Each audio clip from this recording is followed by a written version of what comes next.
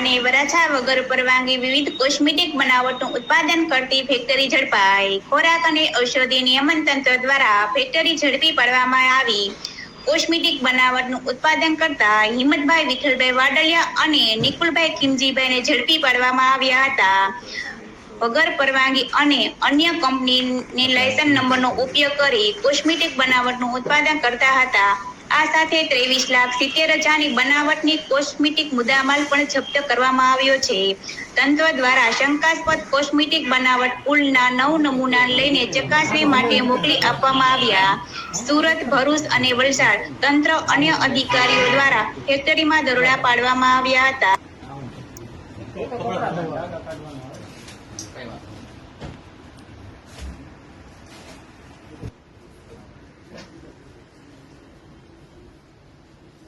No.